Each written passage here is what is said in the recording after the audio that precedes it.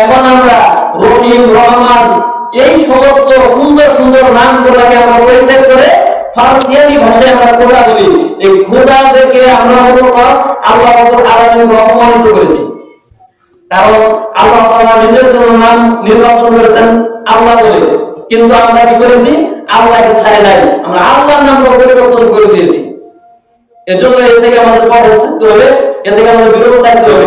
আমরা শরীয়তের দৃষ্টিকোণ থেকে কোরআন সুন্নাহর আলোকে যে পরিভাষাটা আমরা পাবো সেটাই আমরা গ্রহণ করব। রমজান বলবো না, বলবো রমাদান, সেহরি বলবো না, বলবো সাহারি, এবং খোদা বলবো না, বলবো আল্লাহ। ঠিক আছে ইনশাআল্লাহ? তো রমজান আমাদের আলোচনার মূল বিষয় হচ্ছে যে রমজানের করণীয় এবং বর্জনীয়। রমজানের করণীয় এবং বর্জনীয়। এজন্যই রমাদান শব্দটাকে আপনারা দেখতে হবে এটা কোন ভাষার শব্দ। রমাদান শব্দটি আরবি শব্দ। সূরাতুল বাকারাতে 186 নং আয়াতে রমাদান শব্দের উল্লেখ রয়েছে। সূরা বাকারা 186 নং আয়াতে রমাদান শব্দটির উল্লেখ রয়েছে। তো এই রমজান শব্দের অর্থ হচ্ছে জ্বালিয়ে দেওয়া, পুড়িয়ে দেওয়া, ভস্ম করে দেওয়া। আরবি রামদুন শব্দ এবং কেউ কেউ বলেন রামদান শব্দ থেকে এটি এসেছে। আরবি রামদুন এবং রমদা রমাদা মানে রামদা শব্দ থেকে এই শব্দটি এসেছে। সহিহ মুসলিমের একটি হাদিস, এই হাদিসের ভিতরে এই রমজান শব্দের উৎপত্তি পাওয়া যায়। সহিহ মুসলিমের একটি হাদিসে এসেছে, খাব্বাব ইবনে আরাব রাদিয়াল্লাহু আনহু আল্লাহ রাসূল সাল্লাল্লাহু আলাইহি ওয়াসাল্লামকে প্রশ্ন করে, সুইলা রাসূলুল্লাহ সাল্লাল্লাহু আলাইহি ওয়াসাল্লাম, আমরা রাসূল সাল্লাল্লাহু আলাইহি ওয়াসাল্লামকে প্রশ্ন করলাম, হারু রমাদান, যে এই যে গ্রীষ্মের উত্তপ্ত দিন, গ্রীষ্মের উত্তপ্ত দিন, এই দিনের ভিতরে যোহরের সালাতটা কি আল্লাহ রাসূল, হে আল্লাহ রাসূল, যোহরের সালাতটা কি একটু পিছিয়ে দেওয়া যায় না? খাব্বাব ইবনে আরাব বলেন, আমি রাসূল সাল্লাল্লাহু আলাইহি ওয়াসাল্লামকে জিজ্ঞেস করলাম যে হারু রমাদান, এই যে গ্রীষ্মের উত্তপ্ত গরম, প্রচন্ড গরম, এই প্রচন্ড গরম থেকে জোহরের নামাজটা কি পিছিয়ে দেওয়া হয় না? আমরা আবার ওদের পরিবর্তে আমরা একটু সেরেতে বলা হয় না 2টার দিকে বা 8টার দিকে?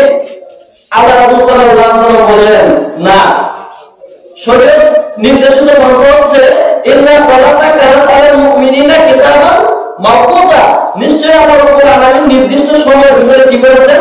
সালাতকে ফরজ করে দিয়েছেন। অতএব তোমরা যে আরজিটা পেশ করবে সে আরজি আমার পক্ষে রাখা সম্ভব না, অতএব তোমাদের আল্লাহর মধ্যে কি করতে হবে?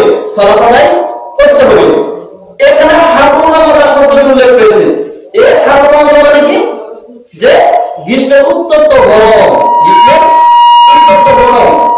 অর্থাৎ এর থেকে প্রতীয়মান এটাই হলো যে রমজান শব্দের অর্থ কি? উত্তপ্ত গরম, জ্বালিয়ে দেওয়া, পুড়িয়ে দেওয়া। কোন কোন মুহাদ্দিসিন কেরাম বলেছেন যে এই রমজান মাসটা ফরজ হয়েছিল 2য় হিজরিতে। রমজান ফরজ হয়েছিল 2য় হিজরিতে উত্তপ্ত গ্রীষ্মের সময়, অর্থাৎ গরমকালে। গরমকালে হওয়ার কারণে এটাকে নামকরণ করা হয়েছে রমাদান। যে গ্রীষ্মের উত্তপ্ত একদিনে এই রমজান মাসটা কি রমজানের সিয়াম কারণ তারা ফরজ করে দিয়েছেন, এজন্য এটার নামকরণ করা হয়েছে রমাদান। এটা একটা কারণ পাওয়া গেল। আরেকটি কারণ, কিছু কিছু মুহাদ্দিসিন কেরাম এটাও বলেছেন যে রমজানের সিয়াম যেহেতু মানুষের পাপ পঙ্কিলতাকে একেবারে জ্বালিয়ে পুড়িয়ে ছারখার করে দেয়, একদম ভস্ম করে দেয়। রমজান মাসে 30টা অথবা 29টা সিয়াম যদি কোনো মুমিন মুসলমান সঠিক রূপে পালন করে, তাহলে সেই ব্যক্তি সদ্য নবজাত শিশু হয়ে গেল, তার কোনো গুনাহ নাই। তাহলে এরকম ভাবে গুনাহকে যিনি জ্বালিয়ে পুড়িয়ে ছারখার করে দেন তিনি হচ্ছে রমাদান। এজন্যই রমজান শব্দের অর্থ জ্বালিয়ে দেওয়া, পুড়িয়ে দেওয়া। কি জ্বালিয়ে দেয়? গুনাহসমূহকে জ্বালিয়ে দেয়। তাহলে আবিধানিক অর্থগুলো কেমন বুঝতে পারছেন? রমাদানের আবিধানিক অর্থ আলহামদুলিল্লাহ আমরা আপনাদেরকে বুঝাইতে পারছি। এখন দ্বিতীয়ত বিষয় হচ্ছে সাওম। সাওমের পরিভাষা কি? সাওম শব্দের আবিধানিক অর্থ হচ্ছে বিরত থাকা, এজিতে না থাকা, কোনো কিছু না করা, আহার না করা, পান না করা, অর্থাৎ বিরত থাকা। সাওমের পরিভাষা মানে আবিধানিক অর্থ বিরত থাকা। এখন এই সাওমের পারিভাষিক অর্থ আছে। শায়েখ সাইয়্যিদ সাবেক রাহিমাহুল্লাহ, মিশরের প্রসিদ্ধ আলেম, তার আরেকটি কিতাব রয়েছে ফিকহুস সুন্নাহ। এই কিতাবের ব্যাখ্যা করেছেন শেখ নাসিরউদ্দিন আলবানী, শেখ আব্দুল্লাহ বিন বাস, শেখ মুহাম্মদ বিন সালেহ আল উসাইমিন।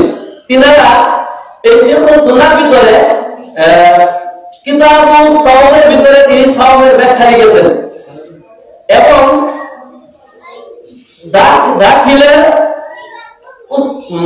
দাখিল শ্রেণীর মানে দশম শ্রেণীর আলিয়া মাদ্রাসা দাখিল শ্রেণীতে একটি কিতাব রয়েছে। এই কিতাবটির নাম হচ্ছে উসুলুশ শাসি এবং আলিমে একটি কিতাব রয়েছে শরহ বেকা এবং ফাজিলে একটি কিতাব রয়েছে হিদায়া এবং কামিলে একটি কিতাব রয়েছে উসুলে ফিকহ এবং আরো অন্যান্য ফিকহের কিতাব যেমন ফিকহুল ইসলামী, মুআজামুল ওয়াসিফ, মুআজামুল কামুসুল, এরকম বিভিন্ন ফিকহের প্রসিদ্ধ গ্রন্থগুলিতে এই সাওমের সংজ্ঞা এসেছে। এই সমস্ত ফুকাহায়ে উল্লেখ করেছেন তাদের নিজ নিজ কিতাবে।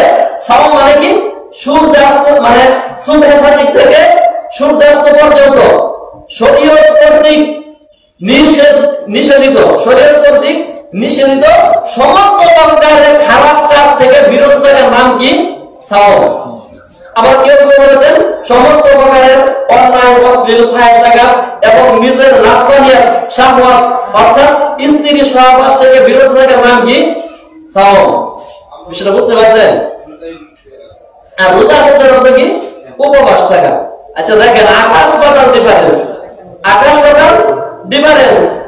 সাওম মানে কি? যে সুবহ থেকে সূর্যাস্ত পর্যন্ত সমস্ত প্রকার অবৈধ খারাপ কাজ থেকে বিরত থাকার নাম কি? সাওম। প্রক্ষান্তরে আমাদের বাংলা রোজা শব্দের অর্থ কি? উপবাস থাকা। ভাই উপবাস হিন্দুরা থাকে, উপবাস হিন্দুরা থাকে না? তাহলে হিন্দুদের উপবাস আর মুসলমানদের সাওম এটা কি এক না? গুলিয়ে ফেলেছে কিনা? গুলিয়ে ফেলেছে। ওদেরটা উপবাস আর আমাদেরটা সাওম, শরীয়ত নির্দেশিত। তাহলে কোনো কিছু যদি আমি না খেলাম এটাই কি আমাকে সাওম হয়ে যাবে?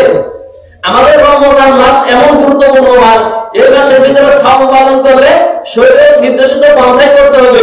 যদি শরীয়ত বহির্ভূত কোনো কাজ করি তাহলে আমাদের সাওম পালন হবে না। সাওম যাদের উপর আবশ্যক করা হয়েছে, দেখেন সাওম যাদের উপর আবশ্যক করা হয়েছে, কোন কাজের উপর কি সাওম ফরজ। এখন যদি কোনো কাজের উপবাস থাকে তাহলে কিন্তু আর সাওম হবে। তাহলে সাওম ফরজের অন্যতম শর্ত হচ্ছে ব্যক্তিকে মুসলিম হতে হবে। একটা ছোট 7 বছরের বাচ্চা বা 6 বছরের বাচ্চা এতে 4 দিন খাইলো না, তাকে সাওম হইলো? কারণ তার উপর তো সাওম ফরজই হয় না। কারণ সাওম ফরজ হতে হলে তাকে বালেগ হতে হবে, আকেলা হতে হবে, ঠিক কিনা? তাহলে মুসলিম হতে হবে, আকেলা হতে হবে। তৃতীয় নাম্বার শর্ত হচ্ছে তাকে সুস্থ মস্তিষ্কের অধিকারী হতে হবে। চতুর্থ হচ্ছে সেই ব্যক্তি কি করতে হবে? মুকিম হতে হবে। সে রমজান মাস পাইছে কিনা, রমজান মাসটা পেতে হবে। কথা বোঝা গেছে? তাহলে এরকম বিভিন্ন কারণ রয়েছে বা শর্ত রয়েছে রমজানের সাওম যিনি পালন করতে পারেন তার জন্য। মুসলিম হওয়ার শর্ত, আকেলবান হওয়ার শর্ত, বালেগ হওয়ার শর্ত এবং মুকিম হওয়ার শর্ত, ঠিক কিনা? তাহলে এটা কি সাওমের জন্য শর্ত। আর রোজার জন্য কোনো শর্ত নাই।